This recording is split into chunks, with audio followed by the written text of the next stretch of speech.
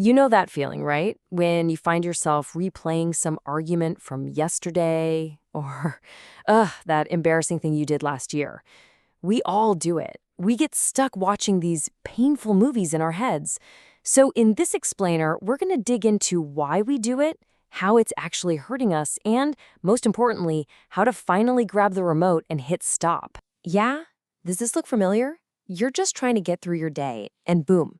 Suddenly, you're the main and only audience member at a film festival of your own worst moments.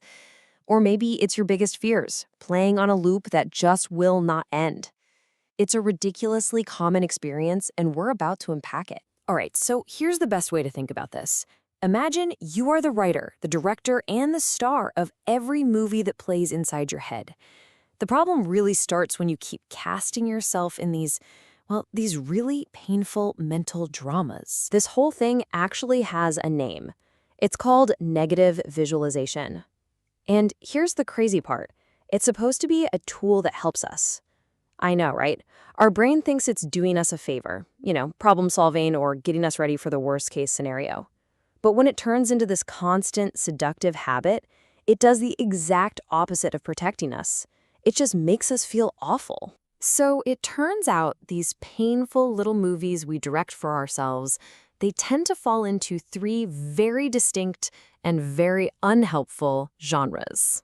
Let's break down the first one, because you're probably familiar with it. First up, we've got the historical drama. This is where you replay some upsetting memory in full, high-definition color, and you keep trying to re-edit it. You tweak the dialogue. Oh, I should have said this. Or you try to change the ending, but you can't. It's already happened. And all you're really doing is keeping that wound from ever healing. Next up, the disaster movie. This is where you basically become a fortune teller. But your crystal ball only shows you doom and gloom. You direct these really detailed, elaborate scenes of everything that could possibly go wrong. Your brain's telling you, hey, we're just preparing. But the irony is, all this preparation just cranks up your anxiety and can actually cause the very failure you're so scared of.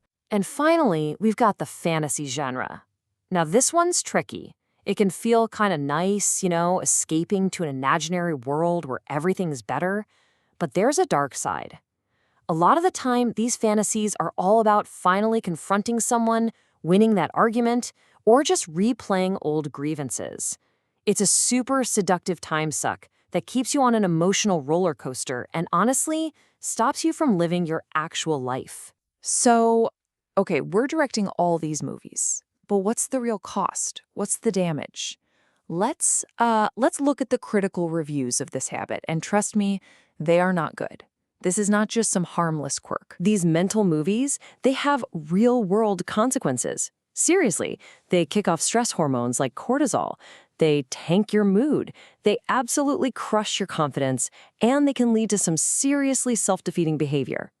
But maybe the biggest cost of all, they rob you of the only thing you actually have, the present moment. And this right here is the crucial part. Listen to this from CBT specialist Veronica Walsh. She says that this process sends our body into a simmering fight or flight mode, almost as if we were there. Think about that. Your body literally doesn't know the difference between a real threat and one you're just vividly imagining. It's pumping out stress chemicals as if it's all happening for real right now. Okay, so that's the problem. And yeah, it sounds a little grim. But here is the good news. This is the turning point. Think about it. You directed yourself into this mess, which means you have the power to direct yourself out of it. It's time to become a better director. The best tool set we have for this comes from something called cognitive behavioral therapy, or CBT. Now, don't let the name scare you off. Think of CBT less like complex therapy and more like an owner's manual for your brain. It's a practical toolkit that helps us spot our unhelpful thought habits and gives us real strategies to change them. Want to feel just how powerful you are? Let's run a quick experiment. And I really want you to try this with me, okay? Pause if you need to. First, close your eyes and really bring up an unhappy memory. See the details, hear the sounds, feel the feelings. Just notice what happens in your body. Okay, now shake that off. Literally, shake it out. Close your eyes again. This time, I want you to visualize a genuinely happy moment, a time you felt fantastic, proud, joyful. Go there. feel it. Whoa, right? Did you feel the difference? That first memory, it probably brought on tension, stress, maybe your mood just dipped. But the second one, I'm guessing you felt some calm, maybe a little boost of confidence, or even joy.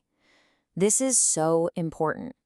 You just proved that you can change your entire physical and emotional state twice just by choosing which movie to play in your head. And that brings us to the most powerful question in this whole explainer. If you are the author and you are the director, why do you keep giving the movie a negative ending? You have a choice. You just proved it to yourself. This power of choice, it leads us right to our final and most important section. This is all about taking back the director's chair and deciding, you know what, I'm done rewatching these old, painful films. It's time to start enjoying the world premiere of right now. It sounds so simple, but it is such a profound truth. The past, it's gone. It's just a memory. The future, it's not here yet. It's just an idea. Neither of them actually exist.